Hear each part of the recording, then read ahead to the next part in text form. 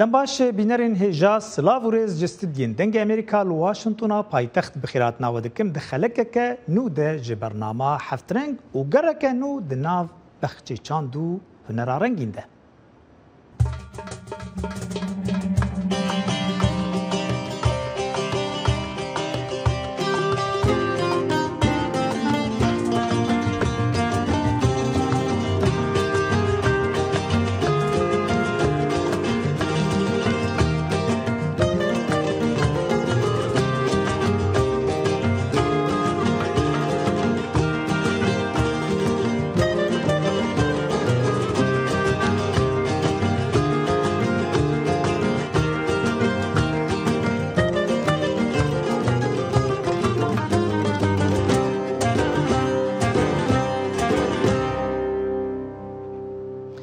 بینرین هجا ام گره خواه جهولیری دست پی بکن گو 13 هنرمندین درچوی پیمانگاه هنر جوان لور پیشنگاه که تایبت بجینگاه وکرنه و بال کشاندنه سروی.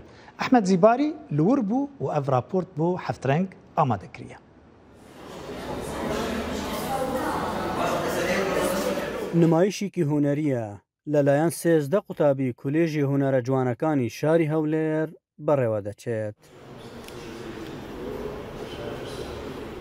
سارا لە ڕێگەی دروستکردنی ئەم سەرانەوە دەیەوێت پەیامێکی هونەری بگەێنێت کە دەربڕین لە ئازار و هاوارێک دەکات.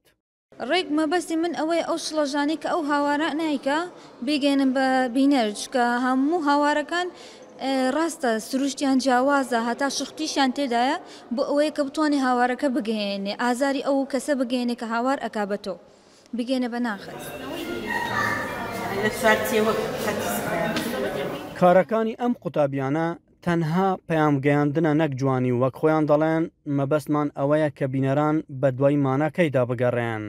ئێمە دەمانەوێت هونەرەکە بگۆڕین واز لە هونەری جوانی بێنین واتە جوانی لە ناو تابلۆیەکاندا بەکار نەهێنین جوانی لە کارەکانمان بەکار نەهێنین کار لەسەر بیرکردنەوە بکەین ڕامان دەرببڕین واتە پەیام بگەێنین ئەو بابەتەش ئەو کارەکانمان کۆنسێپتەکانمان هەمووی بریتیە لە گەیاندنی بیری خۆمان.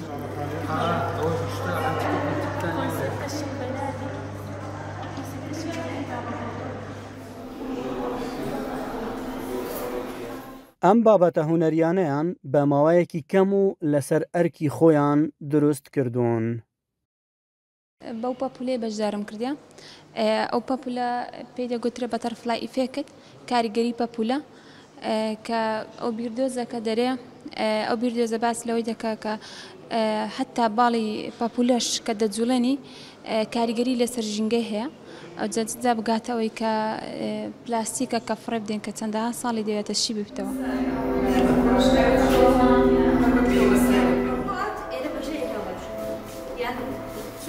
بەشێکی زۆر لەو کەسانەی کە سەردانی ئەم پێشانگەیە دەکەن سەرسامی خۆیان بەکارەکانی ئەم 13 قوتابیەی کولێژی هونەرە جوانەکان دەردەبڕن. پێشانگایەکی ناواز و تایبەت بوو بەڕاستی ئیشەکانیان یعنی زۆر جوانتر بوون لەوەی چاڕم دەکرد و مانای جوانیان تێدایە لە چاو ئەوەی کە تەمەنیان بچووکەوە ئەزمونێکی کەمیان هەیە یعنی بەڕاستی. بەرهەمەکانیان بەگشتی پێکهاتوون لە دووکاڵی جگەرە و لەچکی ئافرەتان و بەندکردنی ئاژەڵ و ساتەکانی منداڵی و جەنگ و لەناوبردن. هەروەها شێواندنی ئاین و دەربڕینی هەستەکان و ئاڵۆزی مرۆڤ و شۆکبوون لەگەڵ شێواندنی هزر و ڕۆح و پیسبوونی ژینگە و داگیرکاری و کوشتن لەسەر ناوت. ئەحمەد جێباری دەنگی ئەمریکا هەولێر. بینەرین هێژا موزیک بەشەکە سەرەکیە ژێ کەلەپورا کوردی ji ber vê yekê jî gelek ji mûzîkjen û hunermendê Kurda xebatên xwe li ser dikin û şêwazeke taybet pêşkêş dikin dago kesên biyanî jî vê hunerê nas bikin weke grupa Danûk got albomeke nû derxistiye bi navê Morîk. Niha Ferhad Feysel serkêşê vê grupê bi me re ye li rêka Skype dago em hinekî roniyê bînin ser xebata vê grupê û çalakiyên wan li taybetî jî li welatê Ewropî. gelek spas Ferhat bû mêvanê bername heftreng. Çaxay mamoste gelek spas فرات پیشی از بیجم پیروز به اف البوما و به ناو موریک ناو کی پر بالکش ناو کی خوشه مدیزایناوی جدید دیزاین کی گله کی مدرن نوجن و بالکش براستی توازمنه کی تبحثا پیشی و البومی بکه لسرچه هاتی آواکرین و شوازا وجی هنکی و تشتن نو درباسی و البومی کرنه البوم من ناوی موریک 10,000 و بستاده دسپلی پروژه کراستی اف پروژه یا پرچاک بوش لوکلینه که متک موسیقا کردی اروپا چه فاندن سرچه بوم از درباسی روپلن یونیورسیتی بوم از گریان براستی از و هفجین آخواه ماریا دلمار و اف وقتی رکوردانا دیدن سر روپله که متحفه وینا دا و هنک جوان متحفه بینی بوم ده استران مش اینه عنی و ده استران مش فینا استران انا 10,000 ونفسد ودواله هاتن قيد كرن 10,000 ونفسد ودواله يعني قوام برسان ما هي الواقف دارنا كله الوقت نقدر سرمومي هاتنا قيد كرن وشبو ما كرن ديجيتالايز يعني كتير دري مالك دارنا كله اصلا الدو جوان لو جنه رنگێکیش وەک پۆلیەکی سرانی کریستیانە تراتیلن کریستیانی بێژی یان چیرۆکایی پڕ خۆش ڕاستی بڕوێت کتێبێکی داکە فڵان ما سران ئانین و سەروان مەهەکی کار کرد ڕاستی مە کارن ڕەنگێ دانوو هەوڵ بێژی تنێبن به موسیقون و موسیق جوار آوا کردیم جناده و من دران فولکلور عالیه می روش آواشی. ولی فراد گله کی خوش گوت وی کارا دکت جی و نگریایی سرکفت نیشتر دخوازم. وجبوته وجبو گروپا دانوک جی و اندام گروپا و گوهن بوی رنگی خوش هن استرانا کردی پیشکش دکن اف حس کرنا تب سالان جباجاری حسکه حتی نی اروپا تبخور هلگرتی سرکفت نیشتر دخوازم هر شادو بختور بینرین هجانها انبری خو ددن کوبانه گو سمپوزیوم که هنری لدار کتیه به بشتاریبون جماره کمزن جه هنرمندین کرده ل روز آوا به بابت تکنیک و شوازن جدا ده هنری ده پیشکشی خلکی دکن نوروز رشو لوی ده آماده بو افراپور جمره شاندیه به فرچه آخه دخوازه بیرواری انچیای کرمنج نشان بده شوکار اصلان معمو به تابلوین خواه ده چه خوزای عفرینه یا کوبری در به دربونه گشبو لینها داگیر کریه و دارنوی تنهل کرن لوما قیرین آره هنوان درنگین مموده دنگ وده ده او تابلوین خواه ده سمپوزیوما روش آوایا هنره شوکاری ده لباجار کوبانه خیزده که د ورکشاپ ها سمپوزیوم ده که هر 2 سالان جاره که پیکتی و ای سال گراوه یا چاره 20 شوکار جهره من باکور و رجالات سوریه ده بندروشمه یا به هفر امی بکن که هنر بوهار دلان به بجدار دبن دسته یا چانده یا رو بریا خواسر او لگور هم پیوان هنری دست نشان کرنه أرمان جماني كم جاء جو أم اهتمامي بدن شوكارة أصلا شوكاري أم بلند بكن باكور جلاتي سوري شخوات دريا تابليوان هات خويا كرن أم جان شقصتي جبر إيشا جلي باكور جلاتي سوري چه كيف به چه إيش به دريا وان تابلوان هات خويا كرن سمپوزیوم روز آواج بو شوکارم بشدار بویه درفت که هنر خو پیشکش بکن هر وها ورن جمهف و ازمون و سرپیهاتین خوشی به هفرا پارو بکن. که ام هفته هوانی هف آب شوکار اندن ام هفته ببینن مثلا تجارب خو به هفرا مثلا تبادل کن یعنی به هفرا باخفن سر تابلویا سر افجی ثقافتك يعني اف ثقافتك جريدايت هف يعني اف خبراتي مثلا بيجن اف كاريكو مثلا اف قصه الماتشيكري ام دفي سمبجيمو ام بيشتي ام دردخين ميداني شوکار دو ورکشاپ سمپوزیوم یا 6 روزانده تابلوین خواه خیز دکن بشتره او درباسی پیشنگه ها کول باجار قامشلو دیل دارخستن دبن نوروز را شدنگی امریکا کوبانه میر شمال هنرمندکی کرده گو مجولی موزیکا هیوی متل دبه او شیوازا گو به سالین شستاده ل اروپای دست پیکر و سرانسری جهان جی بلا بویه میر هول دده گو وی شیوازی درباسی موزیکا کردان جی بکه و لناف گل جی بلا بکه.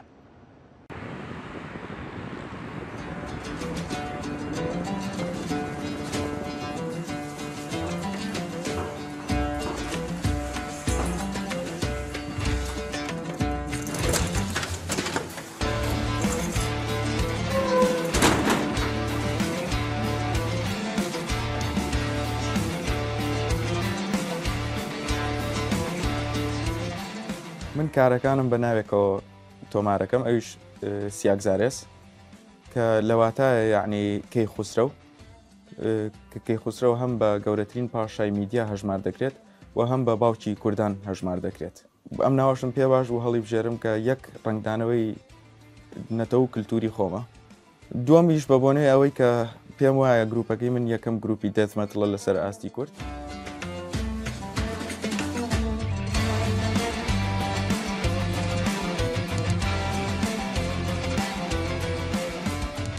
من ناو میرە و تەمەنم 29 ساڵە لە شاری سلێمانی ئەژیم نزیکی 14 ساڵە لە ناو میوزیکدا کارەکەم و گیتاری کارەبایی ئەژەنم بە وەکو ئامێری سەرەکیم و ئیکاری ستۆدیۆ و دەنگۆوانش.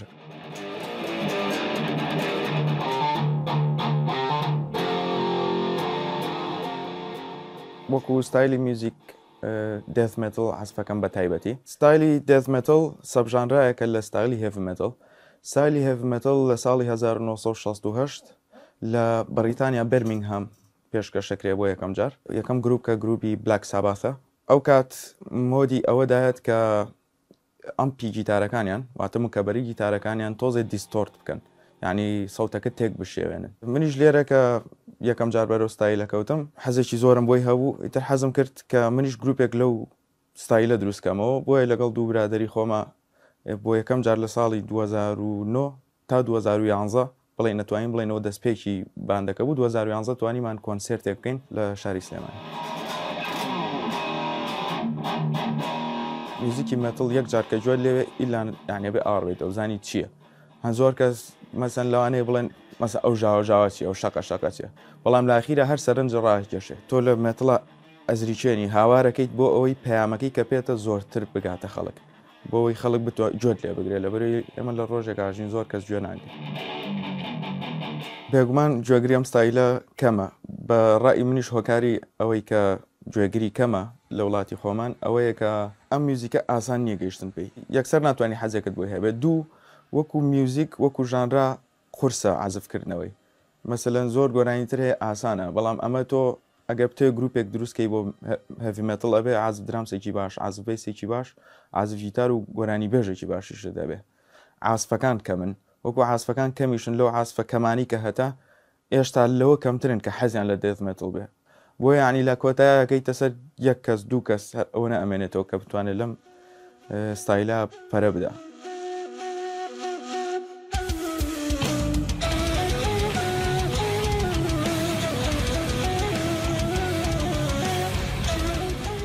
ئەو هۆکاری کە بڵین منیشی هێشتۆ لە ناو ئەم ستایلە و بڵێم ئەم ستایلە گوێگرینێ و ئەوەی بێگومان یەک خۆم حەزێکی زۆرم بۆ ستایلەکە هەیە دوو پێم وایە ڕوئیای هونەرمەندی من لەو ستایلەیە جێ ئەبێتەوە گەورەترین شت بەلای منەوە ئەوەیە کە کوردیش بێبەش نەبێ لەو هونەرە هەرچەنە هونەرەکە مەسەلەن خۆمان حەزمان لێی نەبێ من پێم خۆشە مەسەن یەکێک چووە سەر گوگڵ سێرچێکی بۆ ناوی کورد کرد گوێگرێکی مەتڵ بوو بزانێ کورد ئاهەمێتڵی هەیە یانە قەیچەکە با یەک باند یا دوو باند هەبێت. بەشی کۆمپۆزیشنم دەخوێند و بە سەرکەوتووی تاوام کرد ئەو کات میوزیکی فۆلکلۆری کوردیمانە هێنا و دەمان کردە پارچەی پیانۆ بۆ میوزیکی هاوچەرخ و منیش لێەوە پێم باش بوو کە بتوانم عینە هەمان شتیش دروستکەمەوە بۆ هێڤی مێتڵ و لەو ڕێگەیەوە بتوانین ئەو ژانرا تازەیە دروستکرد.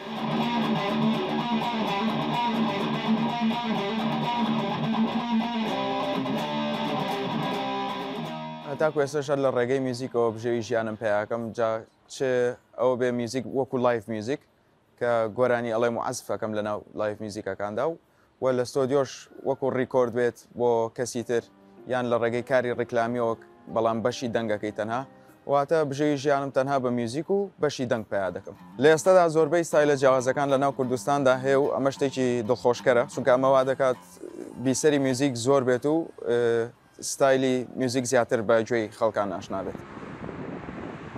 ئامانجەکەم ئەوەیە کە میوزیکی هێڤ زیاتر ئاشنا بکەم بە گەلەکەم و بتوانین پێکەوە سەبکێکی تازە ژانرایەکی تازەی بەهێز دروستکەین بۆ هێڤی مێتاڵی کوردی.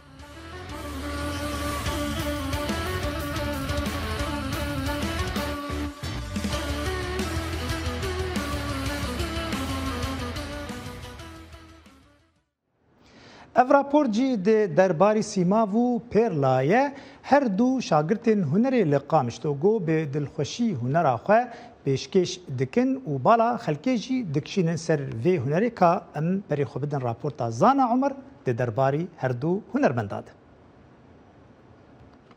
Piştî 4 salan ji xwendinê niha dest bi amedekariyên derçûna xwe dikin. Pêrla û Sîmav du xwendekarên beşa hunera bedewin li zanîngeha Rojava. Her yek ji wan dixwaze bi çîrokekê projeya xwe ya derçûnê biqedîne. Pêrla çîrokên jiyanî li Qamişloyê biriya tabloyan vedibêje.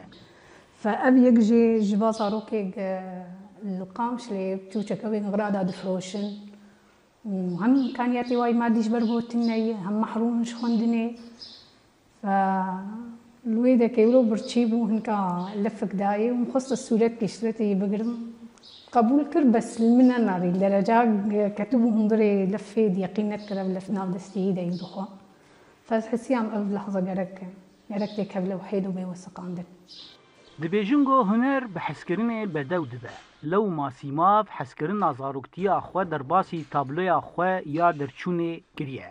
فكيف عم بيجي جوا مشاهدات أو أفاسر خضرة أو فواكه موسمي أو عمال أو بضاعة فمخص أختز منظم بوم مرسمان فمخص ريح شكلنا دويلة وحيدر. Li gorî mamosteyên zanîngehê xwendekar di gelek qûnaxan re derbas dibin heya got digihêjin asta derçûnê û ji bo nirxandina wan komîteyeke taybet heye. Çar mamostenin ji beşê pêkerin û ji beşê şêwekarînin pisporin li gor wê pilê wan encamê pilê wan her mamostakê em kom dikin em bela dikin ser hejmarê ê mamosteyê êgo wan dinirxînin. Fakulteya hunera bedew di sala 2017 de li Qamişloyê hatiye damezrandin du beşên wê hene wênesazî û peykersazî ye. Heya niha 16 xwendekar jê derçûne. Her wiha 8 xwendekar tê de xwendina xwe berdewam dikin. Ji bo bernama Heftreng Zana Umer dengê Amerîka Qamişlo. Lê Skotlandaa jî piyanistek dest bi xebateke nû kiriye ji bo parastina amîrên kevin mîna piyano û bi rengekî nû jî pêşkêşî xelkê dike.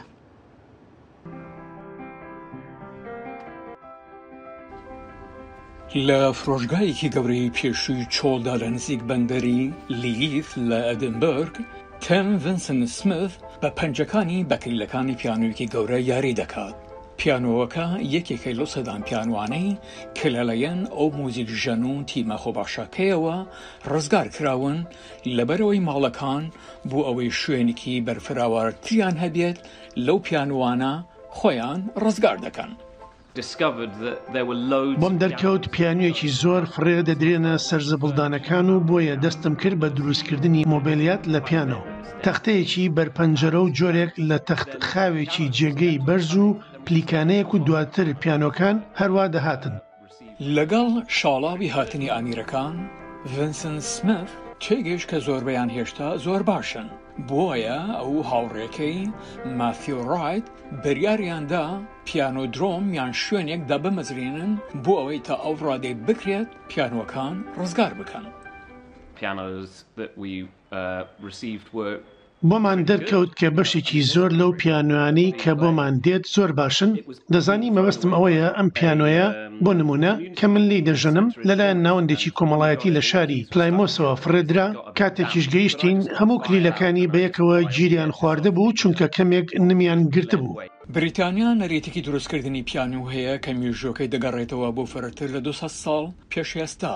شانازی بە نزیکەی 360 جۆرە بەرەمهێنانەوە دەکات. باشترین شت بۆ پیانۆیەکی کۆن ئەوەیە کە ماڵێکی نوێ بدۆزیێتەوە. پیانۆ ئەو کەسە هەڵدەبژێرێت. ناتوانیت بڵیت ئەم پیانۆیە بە نرخترە لەو پیانۆیە لە ڕووی داراییەوە. وەک ئەوە وایە ئەگەر کۆمەڵێک پیانۆ تاقی بکەیتەوە و دواترێکێک لەو پیانۆیانە لەگەڵت بدوێ، جا ئەوە تێدەپەڕێت تەنها لە ئاسەودایەکی دارایی دەبێت. وڵاتەکە دابینکەرێکی پیانۆ بوون بۆ زۆر لە ئاوازدانەر و موزیکژەنانی گەورەی کلاسیکی جیهان وەک فرێدریک شۆپان، فرانز لسێت و یۆهان کریستیان باخ، کوڕەبچووکەکەی یۆهان سباستیان باخ. جا ئەگەر بیر لەوە دەکەیتەوە پیانۆکەت فڕێ بدەی، نەخێر، بیر لە پاراستنی بکە چونکە پیانۆکەت شتێکی جوانە.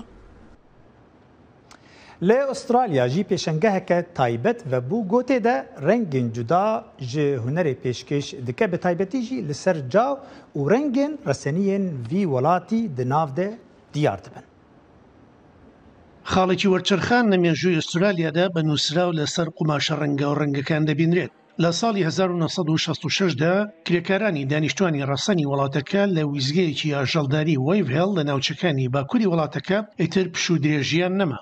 گەلی کورنجی خراپ مامەڵەیان لەگەڵدا دەکرات تەنها چاو ئاردیان پێدەدرا. لە مانگی هەشتی ئەو ساڵەدا ڤینسنت ئێلنجیاری هاوکارەکانی ڕازی کرد کە پێکەوە دەست لە کارەکەیان هەڵگرت.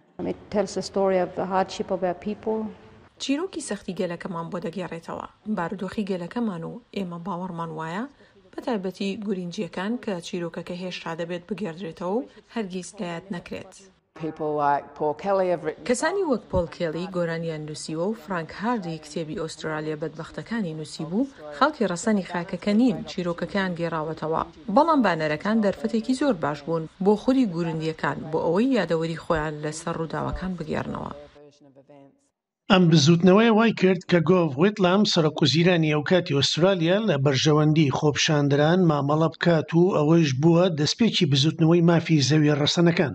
دروشمی نووسراو لەسەر قوماشەکان سەبارەت بە ئازادیەکانی کورنجی لە ساڵی 2000دا دروستکران و بەشێکی زۆر لە هونەرمەندانی کە دروستیان کردووە بەشداریان لە ڕێپێوانەکاندا کردووە. ئامانجیان ئەوە بوو کە نیشانی جیهان بدەن و کاتە بارودۆخی ژیان و کارکردنیان چۆن بووە. ئێستا نەوە یەکێک لە خۆپشاندەران بە شانازیەوە ژیانی خۆی لە هونەرەکەیدا پێشکەش دەکات.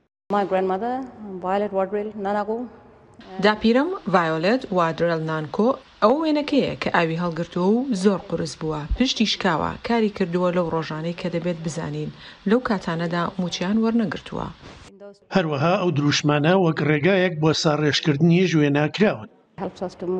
یارمەتیمان دەدات بۆ پێشکەوتن وەک گەلێک بۆ باشترکردنی گەلەکەمان بۆ هەموو کەسێک وەک کۆمەڵگایەک لە ئوسترالیا. بەگشتی هەروەها حەز دەکەم لەسەر ئاستی جیهان بیری لێ بکەمەوە. جوانا بارکمان بەڕێوەبەری پێشەنگاکە بۆ خۆشی لە ساڵی 2000دا یارمەتی دروستکردنی ئەم دروشمە نووسراوانی داوە. ئێستا ئەو دایان خاتە نمایشەوە بۆ بڵاوکردنەوەی پەیامەکەیان. هەروەها کەسانێکن کە لەبارەی چیرۆکی ڕۆیشتنی وەیڤهێڵ نازانن. زۆر کەس دەزانن، بەڵام هێشتا زۆرێک لە ئوسترالیەکان هەن کە ئاگاداری ئەو مێژوانین.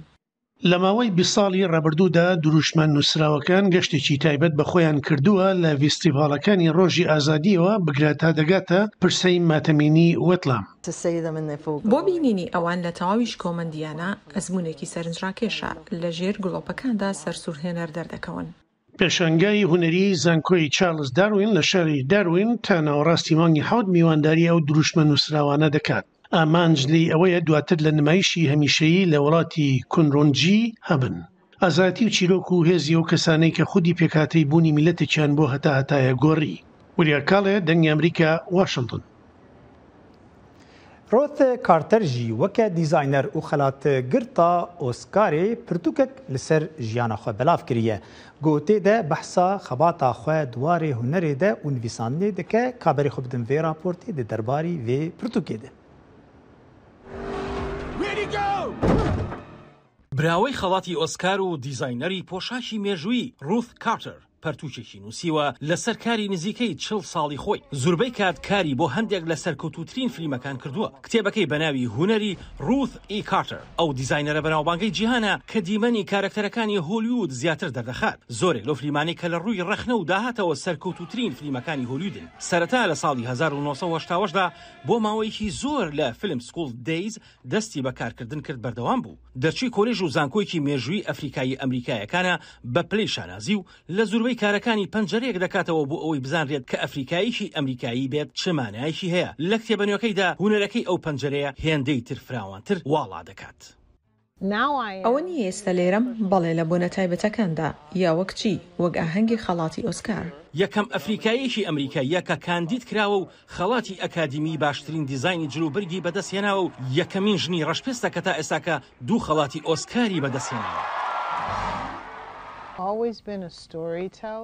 من هەمیشە چیرۆکم دەگێڕایەوە نەک تەنها بەکارەکانم وەک دیزاینەری جلوبەرگ بەڵکو لە گێڕانەوەی ئەو چیرۆکانەی کە لە پشت کامێراوە ڕوویان داوە. لە لاپەڕەکانی کتێبەنوێکەیدا ئەو داهێنان و ئامادەکردنی کڵێشەی جلوبەرگەکان و ئەو تابلۆیانە نیشان دەدات کە وای کردووە هەندێک لەو جلوبەرگانە زۆر بەنێوبانگ بن. زۆر کەس درک بەوە ناکەنەوە تەنها مۆدە نییە. دەزانی ئەوە تەنها داهێنانی جلوبەرگ یا لەبەرکردنی شتێک نییە. لە کاتێکدا ئەزمونت لەگەڵ خەڵکدا هەیە ئەزمونت لەگەڵ دەرهێنەر و ئەکتەرەکاندا هەیە. ئەوانە و چیرۆکانن کە حەزم لێبوو لەم کتێبەدا بیگێڕمەوە. هەروە ئاکتەری ناوداری ئەمریکایی ناتالی دیسیل ڕید و هالی بێری لە فیلمی باپسدا جلوبەرگی دیزاینکراوی ئەویان لەبەر کردووە. کۆمیدیایەکی بەنێوبانگ بوو. دیمەنەکە وا پیشان دەدات کە نازانێت چییە و ئاوەکە دەکاتەوە و بۆ ئاوەدا بڵاو دەبێتەوە. بیرم لەوە دەکردەوە ئایا پێکەنی ناوی نابێت ئەگەر تەنها ئاوەکە ئەو ناوە ئاوڕشێن بکات بەڵکو دەخلیسکێت و هەوڵدەدات هاوسەنگی خۆی ڕابگرێت. بۆیە پێویست بوو جلێکی زۆر نایلۆنی یا پلاستیکی بپۆشێت بۆ ئەو ڕۆڵە کەواتەوە ئیلهام بەخش بوو بۆ ئەو ڕۆڵ بینینە. لەبیرت نەچێت من لێرە لە پشت پەردەیەکەوە نیم لەسەر مەکینەی درومانەکە جلدە دوورم. لە ڕاستیدا من دیزاینەرم. ئەوەش مانای ئەوەیە کە من خەیاڵم هەیە. دیدگایەک لە گرنگیدان و خۆشەویستیەوە دروست دەکەم. دەژڵێت شانازێکی زۆر دەکەم بەوەی نوێنەرایەتی کللتور دەکەم. ئێستاش پەرتوکەکەی بڵاو بۆتەوە و هاوکات بە شێوازی دیجیتالیش لەبەردەستدایە. ئاسۆ جەبار دەنگی ئەمریکا. بینەرین هێژا لەڤر ئەم گشتن داویە گەڕاخوێ تا خەلەکەکە دن هەر شاد و بەختەوار بن.